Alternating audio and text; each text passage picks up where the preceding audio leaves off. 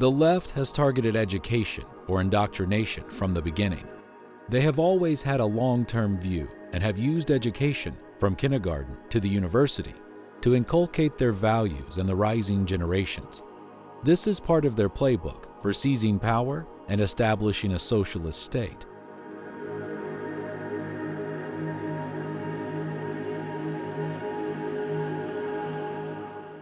America's children have been taught the principles of socialism since the beginning of the last century.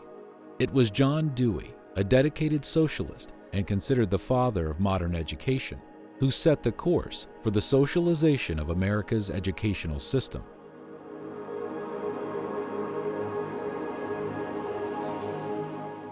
Dewey and his successors, such as the National Education Association, have succeeded in turning the educational system into bastions of leftist thought, which in turn have convinced a majority of millennials into believing that socialism is better than capitalism.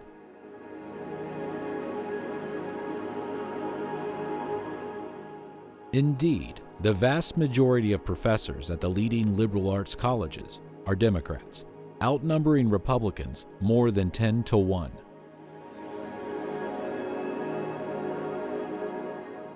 With this amount of bias, it should be no surprise that colleges and universities have become active players in the conspiracy's fight to destroy the liberty of this nation and replace it with an authoritarian regime. They do so primarily through the suppression of conservative speech.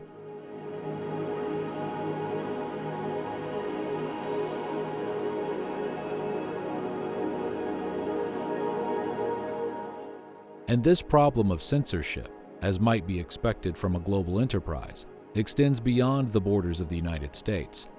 Britain has the same problem in its universities.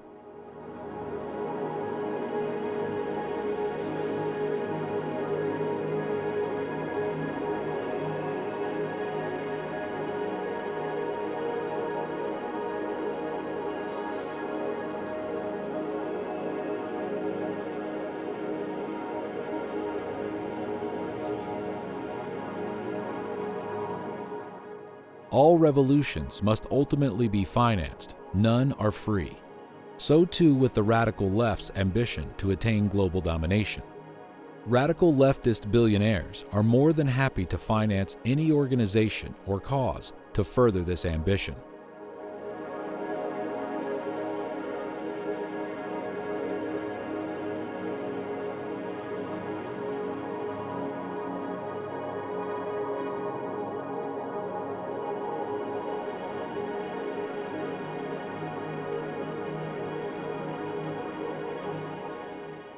All secret combinations are violent by their very nature. After all, they are organized to commit murder and rob to get gain.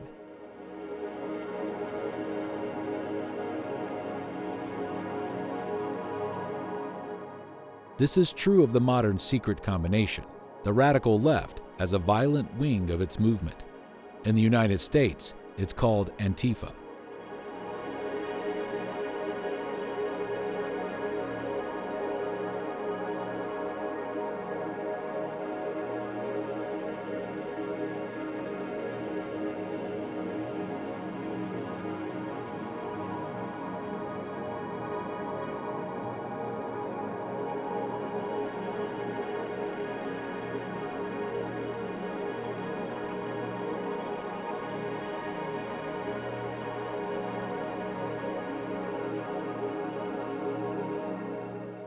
In the United States, Antifa has become a de facto militia in the service of the Democratic Party, as Tucker Carlson rightly pointed out.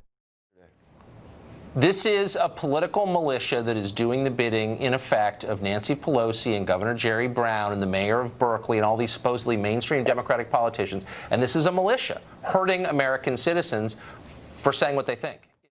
Antifa is not confined to the United States. Antifa groups are active throughout Western Europe.